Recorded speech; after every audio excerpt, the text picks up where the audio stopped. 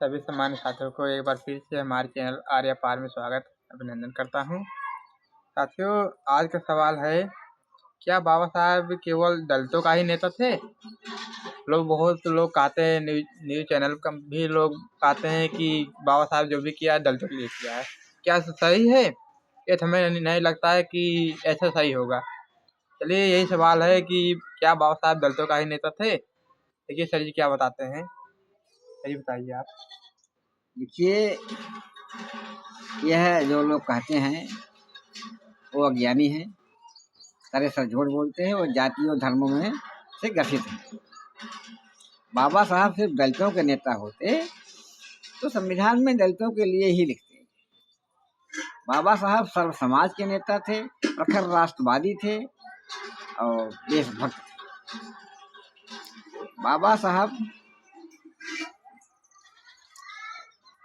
बाबा साहब ने एक आदमी को एक वोट देने का अधिकार बनाया। बाबा साहब ने सबको मास्टर, डॉक्टर, इंजीनियर बनने का अधिकार दिया। ना कोई जाति देखा, ना कोई मजहब देखा। अगर बाबा साहब ने वहां से दलितों के लिए व्यवस्था किया होता तो ये लोग कह सकते, ऐसा बाबा साहब ने किया नहीं है। दूसरी चीज,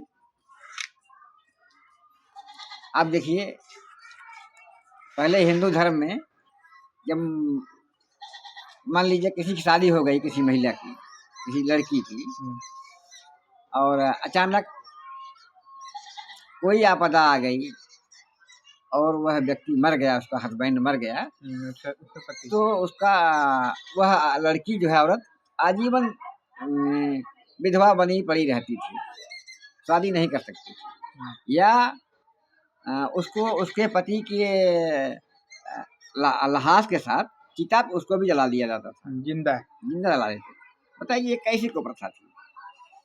बाबा साहब ने उनके लिए बहुत बड़ा काम किया जो दलितों के लिए नहीं किया। बताइए, एक जिंदगी को सरेआम धर्म के नाम पे बर्बाद कर देते, अग्नि में जला देते थे। मनुस्मृति में ऐसा लिखा गया है शायद। हाँ, हमने देखा भी है, सुना है, हम तो हमारे सामने नहीं जलाया गया है, लेकिन ऐसा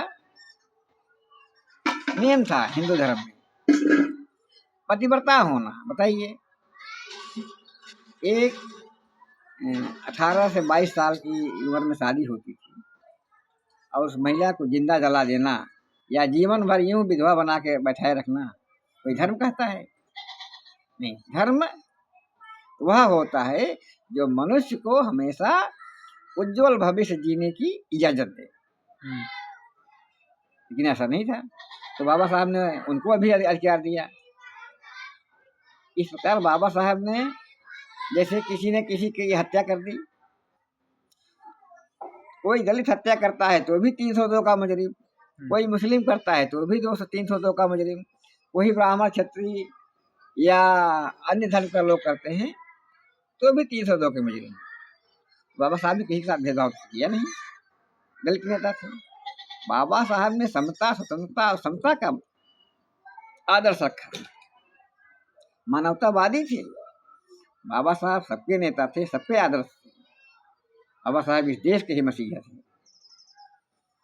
बाबा साहब पर टिप्पणी करना आसान बात नहीं है। जय भीम।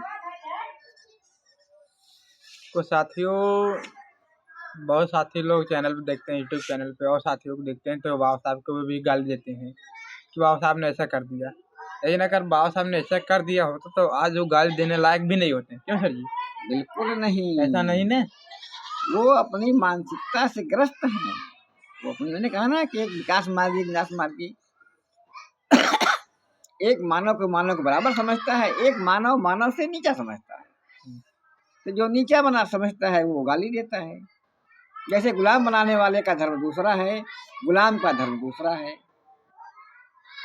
वो तो हमेशा चाहेगा कि मेरी गुलामी करें, और जो गुलाम है वह हमेशा आजादी चाहेगा, इसलिए वो गाली देते हैं। उसमें मानवता नहीं, वह धर्म नहीं जिसमें मानवता नहीं है।